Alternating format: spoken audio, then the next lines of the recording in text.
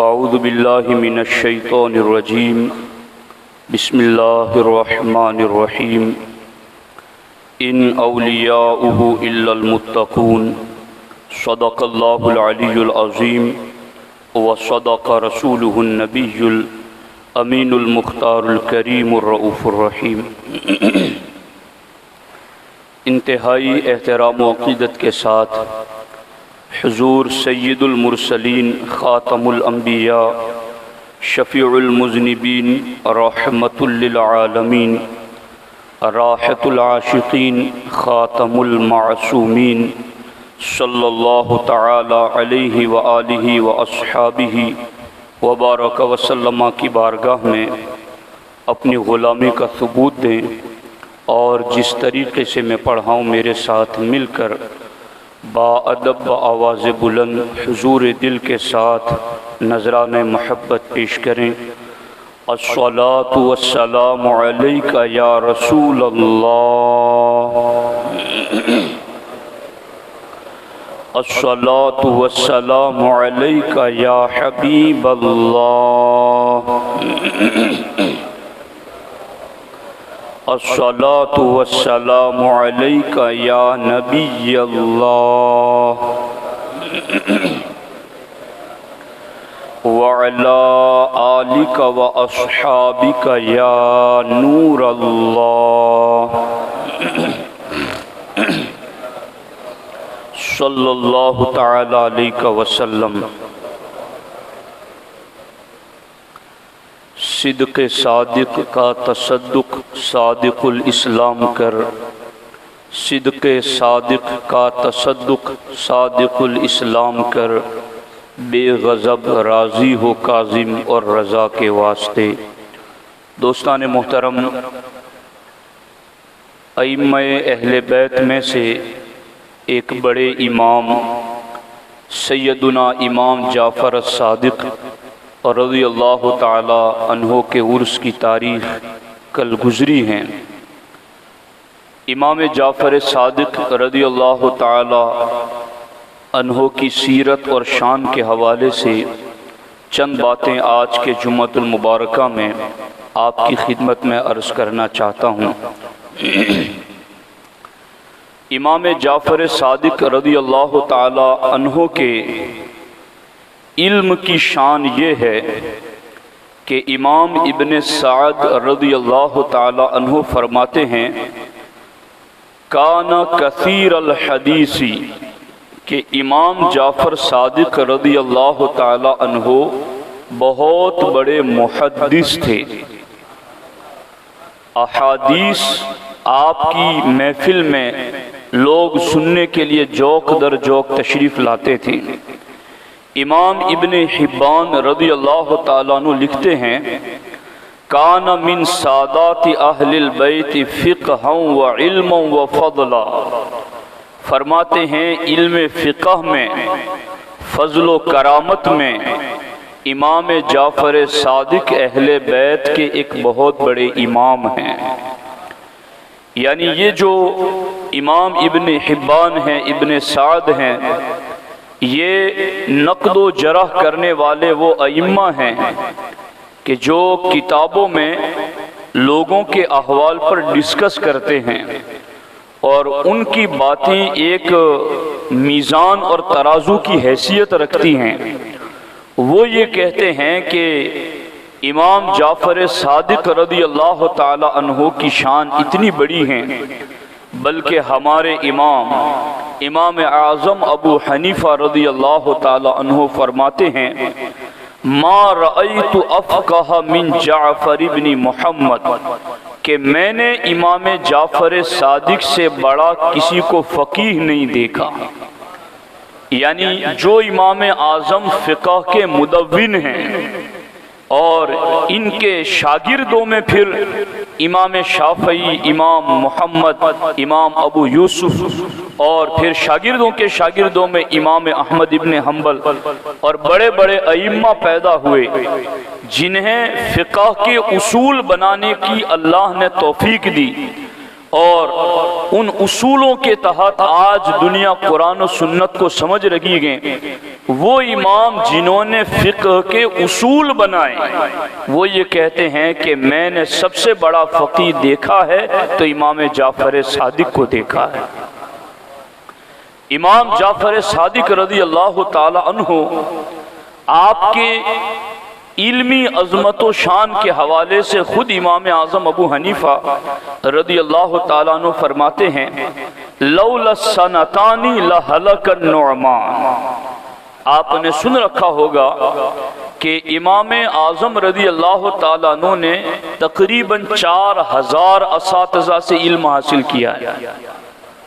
امام اعظم نے اتنے زیادہ اساتذہ سے علم لیا ہے، وہ امام اعظم کہتے ہیں کہ اگر مجھے وہ 2 سال نہ ملتے جو میں نے جعفر صادق رضی اللہ تعالیٰ عنہ کی خدمت میں گزارے، اگر مجھے ان کی بارگاہ سے فیض کا حصہ نہ ملتا تو نعمان گمنام ہو جاتا، مجھے کوئی نہ پہچانتا، میرے علم کو وہ مقبولیت نہ ملتی اگر میں نے جعفر صادق کی خدمت میں 2 سال نہ گزارے ہوتے۔ تو آپ اندازہ لگائیں کہ امام اعظم ابو حنیفہ رضی اللہ تعالی عنہ ایک ایسی ذات ہے کہ اہل بیت نبوت کا علم بھی اور صحابہ کرام کا علم بھی دونوں سمندر مل کر کے بیک وقت جس سینے کو سیراب کر رہے ہیں اس سینے کا نام امام اعظم ابو حنیفہ ہے۔ آپ فرماتے میں نے 2 سال ان کی خدمت میں گزارے، تو اتنے بڑے بڑے محدثین سے آپ نے علم حاصل کیا تھا، مگر اس کے باوجود اتنے بڑے درجے کا امام وہ یہ کہہ رہے ہیں کہ مجھے ان کی صحبت کا 2 سال فیض نہ ملتا لہلک النعمان، تو نعمان گمنام ہو جاتا۔ تو پھر جن کی خدمت میں بیٹھ کر کے امام اعظم کو اتنا علم ملا تو پھر جن کی خدمت میں بیٹھے ان کے علم کا عالم کیا ہوگا۔ امام جعفر صادق کا اسی لیے چیلنج بھی تھا اور دعویٰ بھی تھا، سلونی، لوگوں اس سے پہلے کہ میں دنیا سے رخصت ہو جاؤں جو پوچھنا چاہتے ہیں مجھ سے پوچھ لو۔ یہ دعویٰ کرنے والے اہل علم میں بہت تھوڑے گزرے ہیں، تو کس قدر ان کے پاس علم ہوگا کہ جس کی برکت کی وجہ سے وہ یہ کہا کرتے تھے کہ جو پوچھنا ہے وہ مجھ سے پوچھ لیا کرو۔ امام جعفر صادق رضی اللہ تعالیٰ عنہ علمی اعتبار سے آپ کی شخصیت بہت بلند ہے، مگر جن لوگوں کو آپ کی صحبت میں رہنے کا شرف ملا انہوں نے آپ کا علم بھی دیکھا اور آپ کا تقوی اور پرہیزگاری بھی دیکھی، آپ کی زندگی کیسے گزرتی تھی۔ امام مالک رضی اللہ تعالیٰ عنہ لکھتے ہیں کہ ایک لمبی مدت تک، ایک لمبے زمانے تک مجھے امام جعفر صادق کی خدمت میں آنے جانے کا موقع ملتا رہا۔ امام مالک کہتے ہیں اس لمبے زمانے کی مدت میں جب بھی میں امام جعفر صادق کی خدمت میں پہنچا تو میں نے انہیں 3 کاموں میں سے کسی ایک کام میں مشغول پایا، یا تو میں نے انہیں نماز میں مشغول پایا، یا تو میں جب ان کے پاس گیا تو وہ تلاوت قرآن میں مشغول ہوتے، یا پھر میں نے ان کو حالت روزہ میں پایا۔ یعنی یہاں علم بھی عمل بھی، تو یہ کس قدر نور برس رہا ہے کہ علم کی شان کتنی بڑی ہے، اور عمل کا معاملہ کہ امام مالک جیسے عظیم امام وہ فرماتے میں ایک لمبے زمانے تک ان کی خدمت میں آتا جاتا رہا، مگر جب بھی گیا تو 3 کاموں میں سے کسی ایک کام میں میں نے انہیں مشغول دیکھا، یا تو عبادت میں مصروف نظر آئے، یا قرآن کی تلاوت میں مصروف نظر آئے، یا میں نے انہیں حالت روزہ میں دیکھا۔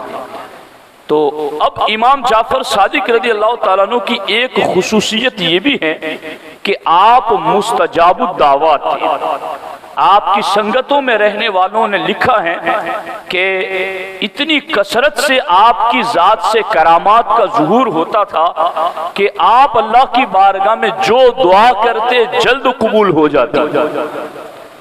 اس سلسلے میں ایک روایت میں نے بڑی دلچسپ دیکھی کہ حضرت سیدنا امام جعفر صادق رضی اللہ تعالی عنہ کے بارے میں حضرت لیث بن سعد کہتے ہیں کہ ایک مرتبہ حج کے لیے میں پیدل چل کر مکہ حاضر ہوا۔ لیث بن سعد کہتے ہیں تو نماز عصر کے بعد جبل ابو قبیس نامی پہاڑی پر میں چڑھا۔ لیث بن سعد کہتے ہیں تو وہاں ایک مرد حق پرست کو میں نے ذکر و دعا میں مصروف دیکھا۔ میں پہچانتا نہیں تھا وہ کون ہے۔ جب وہ ذکر سے فارغ ہو گئے تو انہوں نے دعا کی، یا ربی یا ربی یا ربی، ایک سانس میں اتنی مرتبہ بولتے رہے کہ سانس ختم ہو گئی۔ پھر انہوں نے یا ربا یا ربا یا ربا یا ربا، یوں سانس مکمل ہونے تک، پھر یا اللہ، پھر یا حیو، پھر یا رحمان، پھر یا رحیم، پھر یا ارحم الراحمین، یہاں تک کہ سانس پوری ہونے تک یہ اپنی زبان سے ادا کرتے رہے۔ اس کے بعد انہوں نے دعا کی کہ میرے مولا میں انگور کھانا چاہتا ہوں، مجھے کھلا، اور مولا میری چادریں پھٹ گئی ہیں۔ تو لیث بن سعد کہتے ہیں ابھی دعا ختم بھی نہ ہونے پائی تھی کہ انگور سے بھری ہوئی ایک ٹوکری وہاں موجود تھی۔ حالانکہ روئے زمین پر اس وقت کہیں انگور کا موسم نہیں تھا، اور 2 چادریں بھی وہاں موجود تھی۔ تو لیث بن سعد کہتے ہیں کہ جب وہ چیزیں وہاں موجود تھی تو اس مرد حق پرست نے انگور کھانا چاہا تو لیث بن سعد کہتے ہیں میں نے عرض کیا میرا بھی حصہ ہے اس میں۔ تو انہوں نے کہا وہ کیسے؟ میں نے عرض کیا کہ آپ دعا کر رہے تھے تو میں آمین بھی تو کہہ رہا تھا۔ جی دیکھو تو صحیح، اگر ان کی دعاؤں پر آمین کہنے والا ان کے ساتھ نعمتوں میں شریک ہیں تو انشاءاللہ ہم ان کے گن گانے والے بھی ان کے ساتھ شریک ہیں، ان کے فیض سے ضرور مالا مال ہوں۔ آپ دیکھیے تو انہوں نے یہ نہیں کہا کہ تیری تو صرف آمین تھی، نہیں، انہوں نے آگے کہا ٹھیک ہے پھر آ جاؤ آگے کھاؤ تم بھی۔ لیث بن سعد کہتے ہیں میں نے قریب پہنچ کر انگور کے دانے کھائے، اتنے لذیذ تھے کہ میں نے عمر میں کبھی ایسے نہیں کھائے تھے، اور ان انگوروں میں بیج بھی نہیں تھا۔ میں شکم سیر ہو گیا انگوروں میں، یعنی میرا پیٹ بھر گیا، پھر بھی دیکھا تو وہ پورے طبق میں انگور میں کچھ کمی بھی نہیں ہوئی، پورا ایسا لبالب بھرا ہوا ہے۔ اور اس کے بعد پھر فرمایا کہ ان چادروں میں سے جو پسند ہے وہ لے لو۔ دیکھو اہل بیت کی سخاوت تو الحمدللہ، سرکار کے نسب میں ہی سخاوت ہے، سرکار کے خون ہی میں سخاوت ہے۔ یہ شہزادہ رسول فرزند بطول ہیں، یہ اولاد علی ہیں۔ انہوں نے کہا کہ اب تمہیں ان چادروں میں سے جو پسند ہو لے لو۔ تو میں نے عرض کیا چادر کی مجھے حاجت نہیں ہے۔ پھر فرمایا کہ تم ذرا سائٹ میں ہو جاؤ، میں پھر یہ چادریں بدل لوں گا۔ تو ایک طرف ہو گیا اور ایک چادر کا تہبند بنایا، دوسری اوڑھ لی، اور اتاری ہوئی چادریں ہاتھ میں لی، اور جبل ابو قبیس سے وہ مرد حق پرست نیچے اترے تو میں بھی ہمراہ چل پڑا۔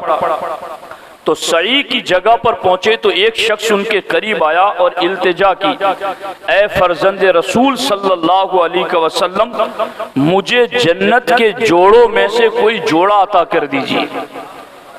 اب وہ جو جان پہچان والا تھا اس نے فرزند رسول کہہ کر کے ہی مخاطب کیا۔ لیث بن سعد اتنی دیر سے ساتھ میں تھے، انہیں نہیں پتا تھا کہ یہ کون ہے، مگر جب اس بندے نے مخاطب کیا کہ مجھے جنتی جوڑوں میں سے کوئی جوڑا عطا کر دیجئے، تو آپ نے اپنے جسم پر جو چادریں تھی جو اتار رکھی تھی وہ انہیں عطا کر دی۔ اندازہ لگائیں آپ۔ اور پھر آگے تشریف لے گئے تو لیث بن سعد نے پوچھا یہ کون تھے؟ کہا یہ گلے گلزار زہرا فرزند رسول امام جعفر صادق تھے۔ تو آپ اندازہ لگائیں کہ اللہ رب العزت نے انہیں کیسی مقبولیت اور کیسی عظمت و شان عطا فرمائی ہیں۔ ان کے سلسلے میں طویل حدیثیں اور طویل معاملات میرے سامنے ابھی لکھے ہوئے ہیں، لیکن وقت کی تنگی کی وجہ سے میں صرف ایک بات عرض کر دیتا ہوں جو داتا گنج بخش علی حجویری رضی اللہ تعالیٰ عنہ نے کشف المحجوب شریف میں آپ کے حوالے سے لکھی ہے۔ فرماتے ہیں کہ امام جعفر صادق رضی اللہ تعالیٰ عنہ کا فرمان ہے کہ لا تصح العبادت الا بالتوبۃ لان اللہ تعالی قدم التوبۃ علی العبادہ قال اللہ تعالی التائبون العابدون الحامدون السائحون۔ امام جعفر صادق فرماتے ہیں کہ عبادت بغیر توبہ کے درست نہیں، عبادت بغیر توبہ کے درست نہیں۔ کہا اس کی دلیل کیا ہے؟ کہا اس کی دلیل قرآن میں ہے کہ اللہ نے جو کہا التائبون العابدون الحامدون، تو اللہ رب العزت نے عبادت کو بعد میں رکھا، پہلے توبہ کو رکھا، یعنی پہلے رب کی بارگاہ میں دل سے جھک جاؤ پھر عبادت کا آغاز کرو۔ اور پھر آگے فرماتے ہیں کیونکہ توبہ اللہ کی بارگاہ تک پہنچنے والے مقامات کی ابتدا ہے، اور عبودیت عبد ہونا اور عبودیت یہ اللہ تک پہنچنے کی انتہا ہے۔ اور پھر اس کی دلیل کیا دی؟ اس کی دلیل یہ دی کہ قرآن میں اللہ نے، دیکھو یہ قرآن کے کتنے ماہر کہ اہل بیت قرآن کے ساتھ، قرآن اہل بیت کے ساتھ، کہ ان کا گہرا ربط کتنا زیادہ۔ فرماتے ہیں اس لیے کہ قرآن میں اللہ نے کہا وَتُوبُوا إِلَى اللَّهِ جَمِيعًا أَيُّهَا الْمُؤْمِنُونَ، کہ ایمان والو تم تمام کے تمام گناہوں سے اللہ کی بارگاہ میں توبہ کرو۔ تو آپ نے دلیل دیتے ہوئے کہا کہ یہاں ایمان والوں کو پہلے توبہ کا حکم دیا گیا، یعنی توبہ سے شروعات ہوتی ہیں، اور پھر کا عبودیت یہ اللہ کی بارگاہ تک رسائی کی انتہا کیسے ہے؟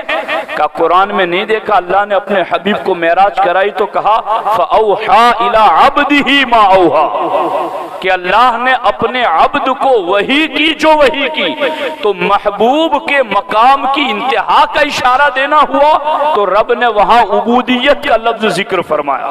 تو پتہ چلا کہ ہر عابد کے لیے پہلے توبہ ضروری ہے کہ وہ اللہ کی بارگاہ میں اپنے گناہوں سے غلطیوں سے معافی طلب کرے اور پھر عبادت کا آغاز کرے، کہ جس کے ذریعہ بندے کے علم میں اور اس کے روحانیت میں اضافہ ہوتا ہے۔